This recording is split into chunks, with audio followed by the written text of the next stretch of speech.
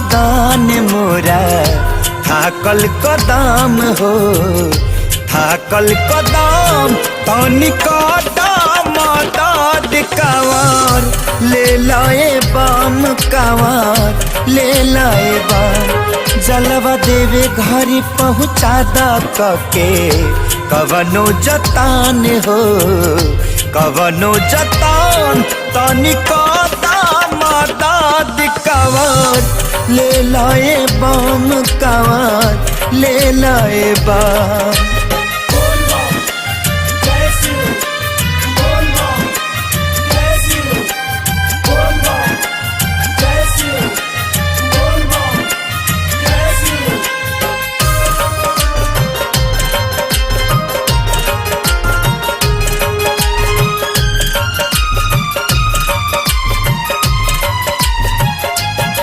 चलनी देवी घर में सपना सजा के हजार कसहु का गई पार चढ़ के सुइया पहाड़।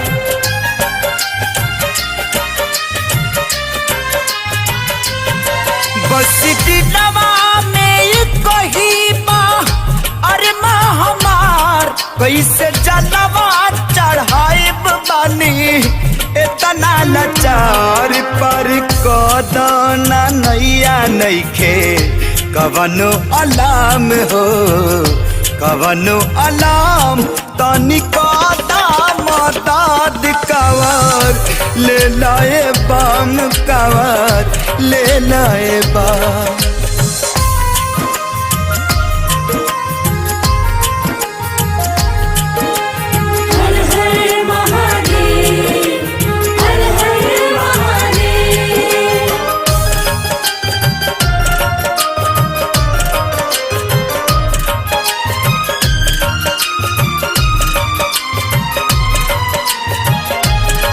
पड़ल छाला सहाला ना पौवा के पीर कुछ बुझाला ना थार थार कापे शरीर।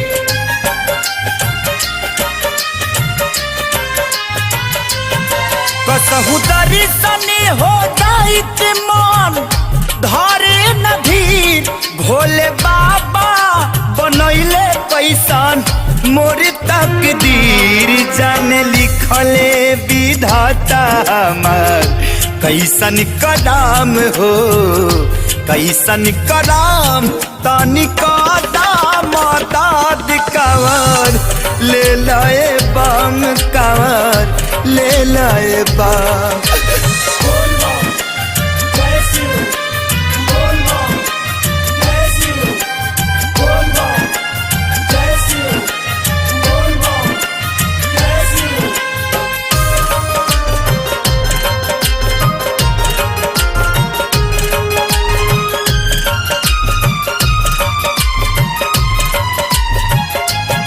सुन ले बानी जे जाला न खाली रे भोले बाबा के कृपा से सब कुछ पावे।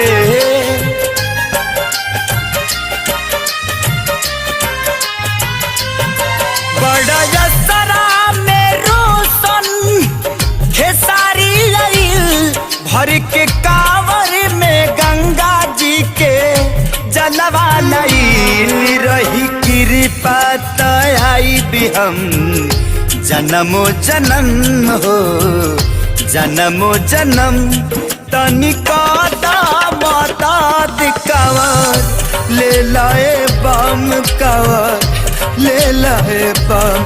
टूटताटे बदान मोरा थाकल कदम हो, थाकल कदम तनिक दाम दाद कांवर ले लाए बम कांवर ले लाए बम।